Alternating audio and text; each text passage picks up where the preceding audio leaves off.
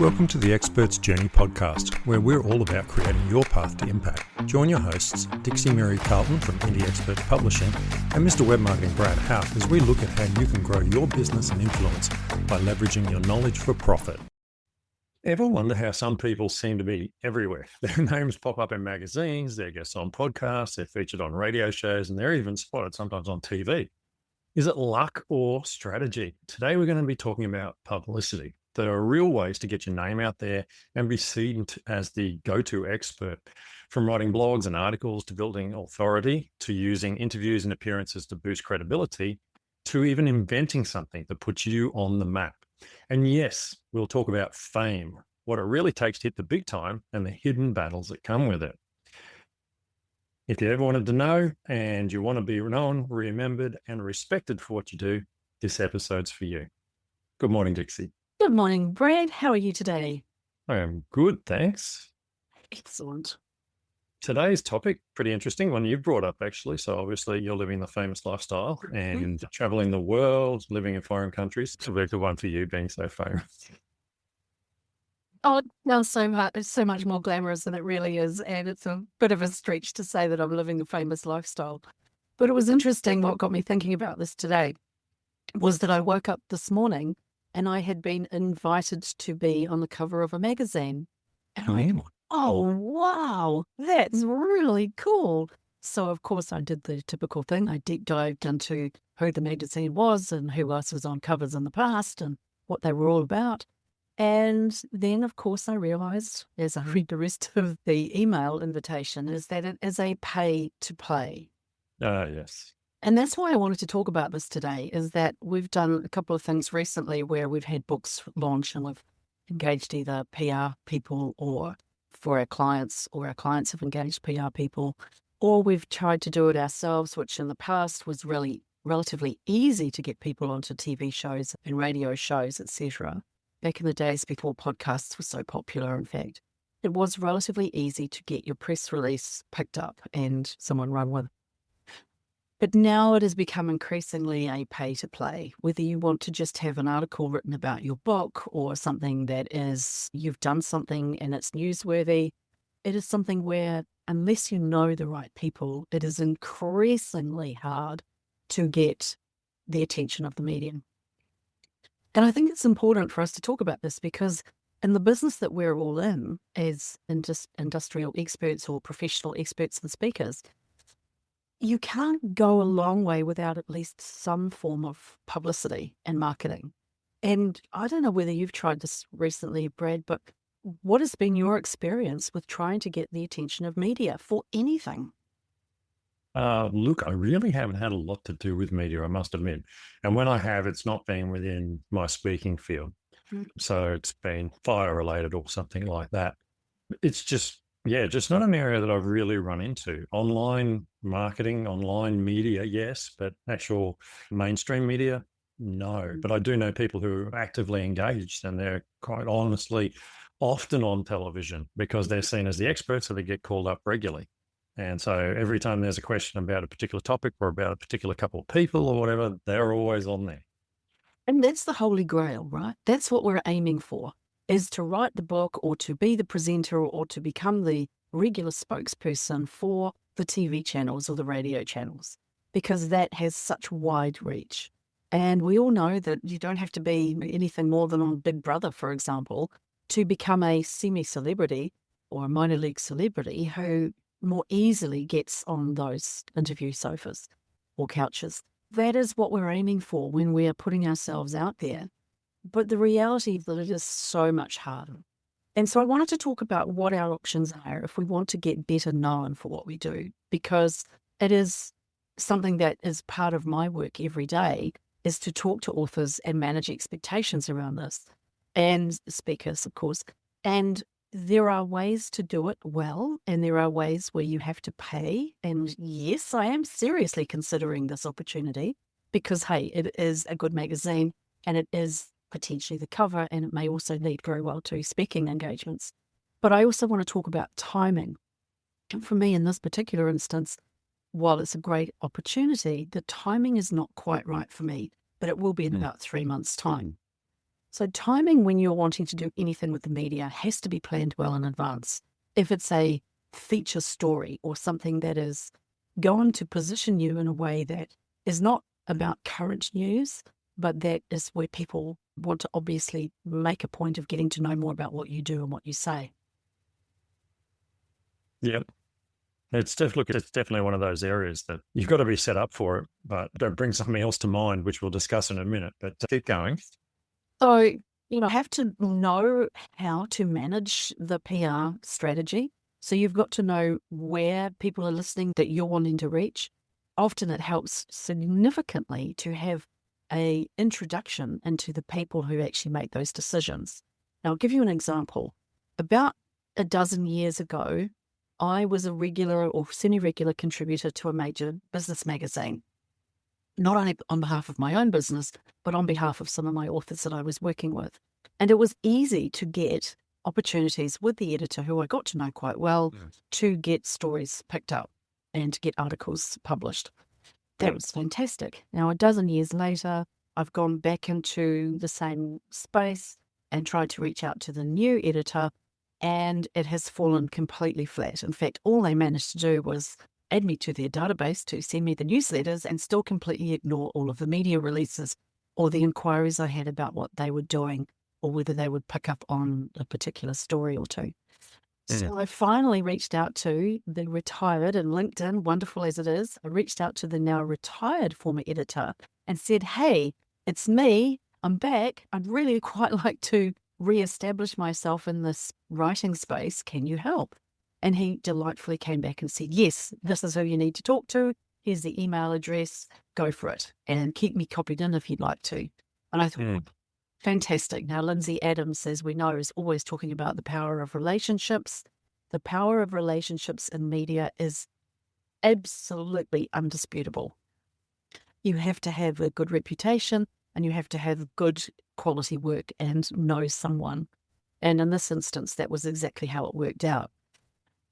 But if you don't know someone, and if you are just writing media releases and hoping to send them out, or if you've written the book and you just want to send the book unsolicited out to everybody, there's a really good chance that you're just going to be completely ignored. And that's a very frustrating situation to find yourself in. And it can be expensive too. So what do you think?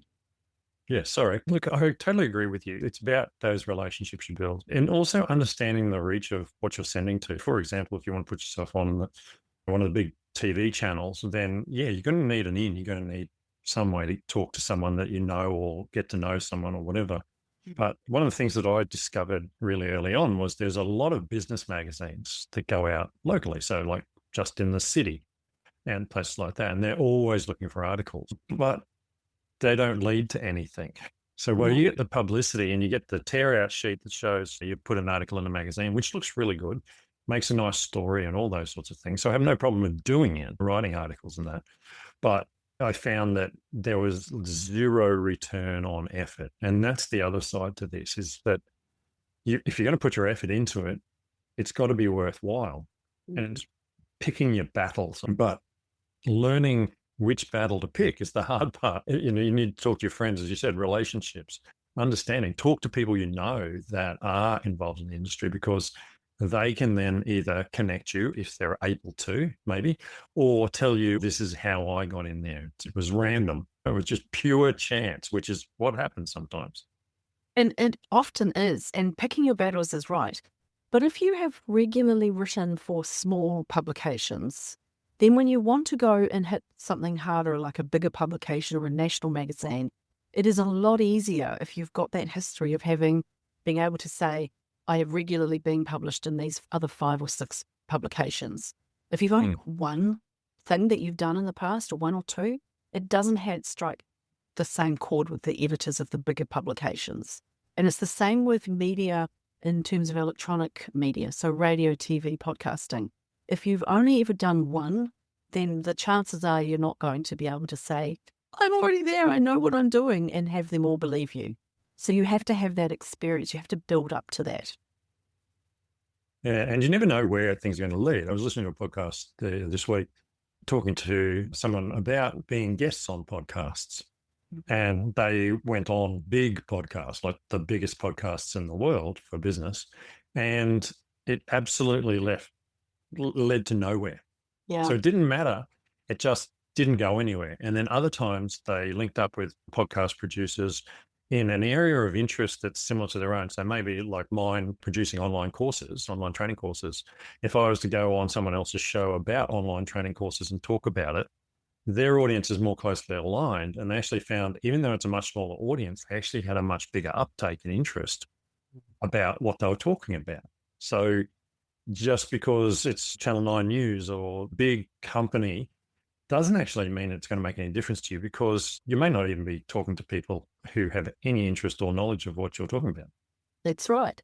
But if you want to, for example, end up in, let's say, Business Inc. or Forbes magazine, for example, it does help to have already been positioned or profiled at some point, even if you've had to pay for it, along the way on a lesser quality magazine. And so coming back to, for example, being on the cover of this particular magazine, which is what they've offered me, plus a 10-page spread, and I'm thinking, wow, that actually sounds really cool. Now, obviously, they have done their homework and they've realized that their business model is that they still have to reach out to people who have achieved something and are worth writing a 10-page spread about. So there is some flattery in that, and I do get that.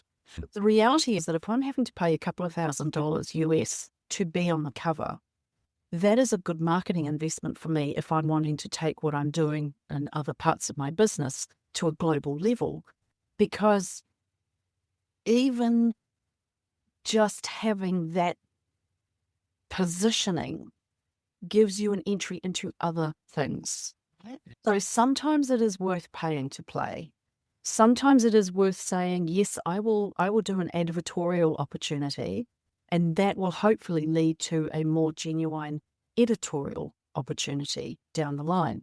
And again, this comes back to being strategic. What are you wanting to achieve over the next 12 months? How do you get the big ball rolling forward so that you can start to make some more inroads there?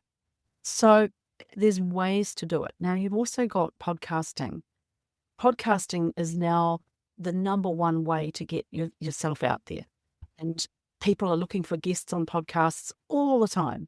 And I've been talking to a particular media company here in Australia who specialize in promoting people onto podcasts. And there's another one in America that I'm talking to who just do that. Now, as a professional speaker, the more times you are appearing on someone's podcast or on a series of podcasts around the topic that you're wanting to be known for, the better chances you have of being very good at presenting on a podcast, very refined in the way you speak and what you do and how you answer questions, and the more valuable you become as a guest for someone who is higher and higher up the food chain of the whole process. And that's where the value is. Yeah, look, I think it's really hard to find people who can deliver on that stuff. That's probably the biggest thing, is if you're going to hire a company in to promote you, more often than not, in my experience, they deliver nothing. And that's the issue, because they want to start at $10,000, and that's a good chunk of budget. Don't get me wrong. It's all very well to say it's just $10,000, but $10,000, it's a lot of cash. And then they go up from there. But the point is, they've got no proof of concept up front. They haven't delivered anything to you.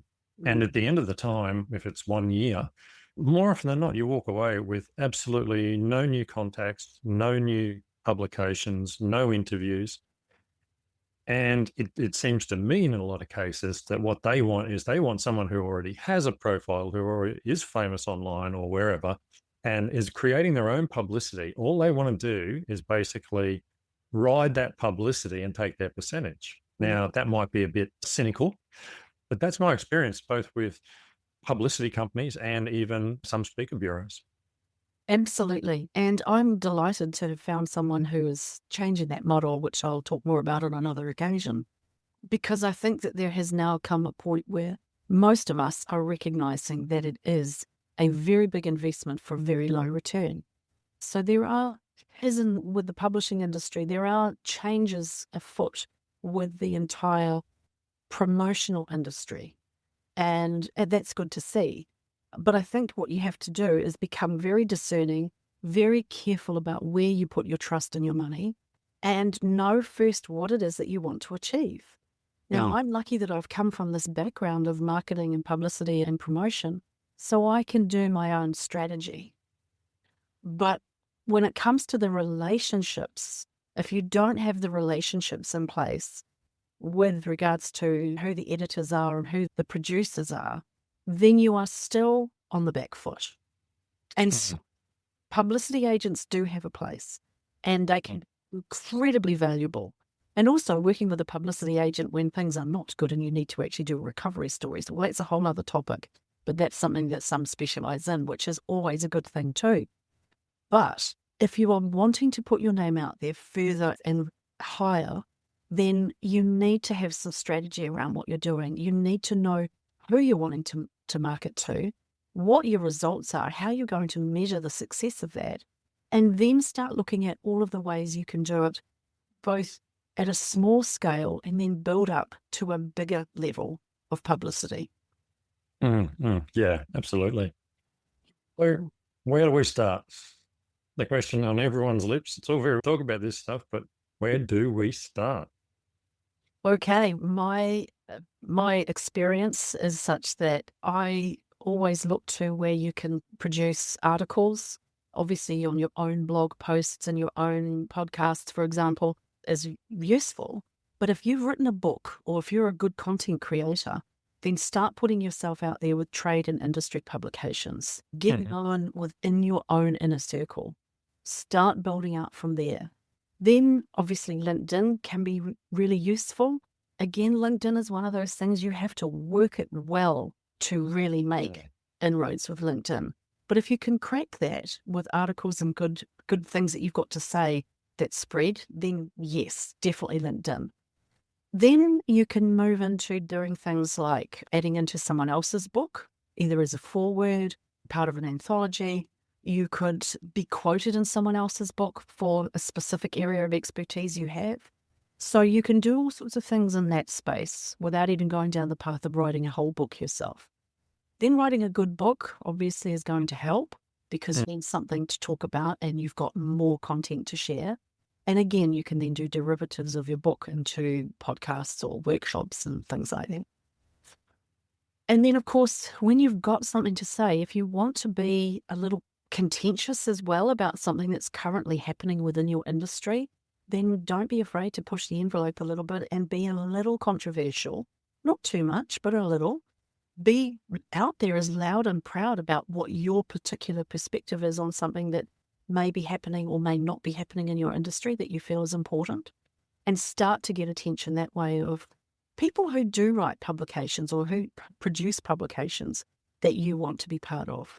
If you've already written a dozen articles and they've got hundreds of people respond to them on LinkedIn and you've got great content and comments on that, that gives you a better opportunity to submit something to a small publication. So it is a very slow build-up to get the wheel moving forward. And then once it does, you keep building on that. And it's a build on it and build on it and build on it until you get to the point where, hey, you wake up one morning and someone wants to put you on the cover of a magazine. That's exciting. It's interesting because you just brought up something that is of interest to me. And that was that many years ago, I was given a piece of advice. And it's really good advice, but I don't like it. And that is that if you want to be noticed, you must take a side. You cannot sit on the fence. And it was very frustrating because my personality naturally is that I like to be fair. I am naturally fair. I want to look at both sides of an argument. But it was made very clear to me that unless you choose one side of an argument, the audience will find you wishy-washy. So you've got all the people that are for the thing. They will love you if you're for the thing. Then you got all the people that are against the thing. They will hate you, but will discuss you because they hate the fact that you're for the thing. And of course, the reverse, we get that swing going. But if you sit on the fence, both sides won't care about you. And it actually is a really powerful statement and very true in my experience that if you look at what's on the news, what's happening, you'll see it falls really for or really against. And sometimes you'll see that bias in media as well, where one station falls one way all the time or whatever. So while it's really hard to do, it's something that is important. What do you think of that one? Yes, I think there's a lot of commentary going on in the world at the moment about legacy media and the left versus the right and all that sort of thing. I personally choose to stay well out of anything political. Oh, yeah, yeah. And if I'm going to make a stand about something, I want to feel that I'm really competent to stand up and have an argument in the space that I'm an expert in. And so I think this comes down to knowing your own stuff. So if you are wanting to be perceived as an expert, you have to 100% know everything there is to know about what you do. So even if you don't necessarily think you want to be controversial, you at least have to be able to wade into the argument and say, but this is what I know. And in Oprah's famous words, I know this for you, is something you need to be able to say when you are interviewed on anything. Because even if it's not a controversial subject, you could make it that you own a teensy tiny piece of that, and that's what you're known for. Yeah, but that said, it doesn't mean you're going to be right. So just remember that. We all know Oprah brought certain people into this world who are rather controversial these days. There's always multiple sides to things. But it also, earlier on, you mentioned something that brought up a book in my mind. And it was a book called Newsjacking. And it was a really good book. And I really enjoyed it. In fact, I own it. It's one I bought on Kindle. And it's all about hijacking current stories and taking your spin on them. And so one of the areas we see this a lot now actually is in video. So you see it on YouTube where someone's watching someone else's video and they're commentating on it. And this is really just newsjacking in its essence. And it's something that anyone can do. You can take a current story or a current video and you can actually comment on it. And people make very good businesses out of this online. And I know that, you know, from a traditional perspective, you might talk about a story in the media where one paper is talking about what another paper is doing, or you might say, well, the Prime Minister today said this, he doesn't understand this. Yeah. If you go into politics side of things, but it doesn't have to be politics, of course. Newsjacking is a really interesting one. Yeah. And I think it comes down to as well, what do you want to be known for? Do you want to be known for someone who just has an opinion on what everybody else is talking about? Or do you want to be, in the case of a professional speaker or an author, do you want to be known for something that is valuable? Like, I had this conversation with someone recently where they said, but I can Google up anything I want to know about that particular topic. In this instance, it was about having children, pregnancy. And she said, I can Google anything about that. And I said, yes, but if you're reading a book, then you know that the book, if it's a good quality book, has been checked, verified, edited well, that it's not just full of someone's opinion. It's actually a good process of collected information that has been curated into a certain way, and that the reference points have been checked. So there's another level of authority in picking up the book versus just saying, oh, I can just find all that stuff out online. If you want to find out something online, sure, you can Google a subject and you may find a dozen or 100 or 1,000 speakers or authors who have all talked about that particular thing. But if you want to actually understand a topic properly, then you need to be talking to or looking at what someone who has genuine authority has to say or has written. And you don't get there overnight. There's no such thing as overnight success. A long time and a lot of development to actually get to the point where you even write a book that is of that level of quality that people can say, this is an authoritative text. This has been well written. This is worth interviewing the author for. This is worth hearing what that speaker has to say about that particular topic. So there is a difference. And look, it really also depends on your audience. You know, what you might be a specialist in might be a very small audience, in which case the mainstream media or the large organizations really don't care because it's so specific. Say it might be a particular type of surgery or something. It's very specific. So understand that, yes, as you were saying, it's not overnight. It's years and years of learning to get you to this point. But it doesn't mean the whole world wants to know about it too. So you really got to look at what it is that you're producing and say, is this good for a wider audience or is this a really tight niche audience? In which case, you've really got to look at where you're publishing it as well. So, Absolutely. And I think this is where you come into the concept of owning the keywords. When you have the keywords where someone is looking for something so specifically that they will write the long version of the keyword string, will find you, that's when you've really niched into a really tight position. And that's where you get that, when it's a small, specifically niched situation, that's when you'll find it, that people can find you. But if it's a broader thing, let's say, for example, the quality of education in Australian schools, that's wider. Whereas the quality of education in science departments in high schools in Australia, that's a much more niched series of keywords, right? So depending on where you want your expertise to be landing is partly down to that as well. And that's part of your strategy, part of your thinking about who wants to know this stuff. How do I make sure that I'm out there and get their attention if this is my type niche or my wider niche? yeah. And it's hard work. It's that simple. Like everything in life, you're going to have to work at it. You got to find out what they are. Niching down, for example, sounds relatively easy, but it also is really hard mentally because you're letting go of a wider audience to niche down.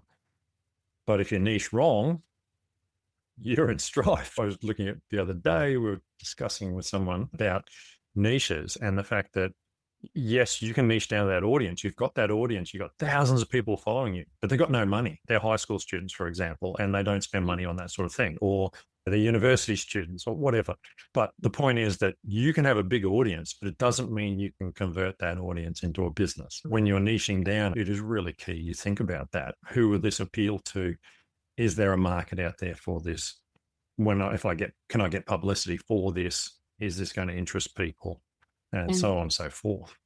And that's exactly where you need to be thinking in your strategy around what sort of publicity you can get, whether or not an editor or a producer of a show will be interested in whether or not you're too niched. So again, it comes back to strategy. You've got to have some knowledge about what it is you're trying to achieve. You've got to have something that's not just going to be a 1 week hit at something.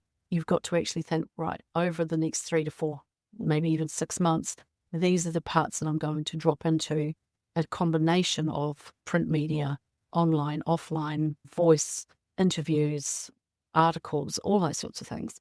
Yeah, it's a matter of how to become famous within your own space and the battle to get there. And it is a battle. Yeah. And look, there's a big difference between fame and credibility. So Absolutely. just remember, you can become famous very easily. That doesn't mean you're going to be credible. Absolutely. So I think that's where we need to leave it for today. But that was a great opportunity this morning to have this conversation about how do you get your name out there as a speaker, as an author, and really hone into what it is that you want to be best known for. Oh, exactly. Thanks for tuning into The Expert's Journey. If you picked up some useful tips today, take a moment to subscribe and share this episode with a fellow speaker or expert in your network. It really helps us reach more people and help them.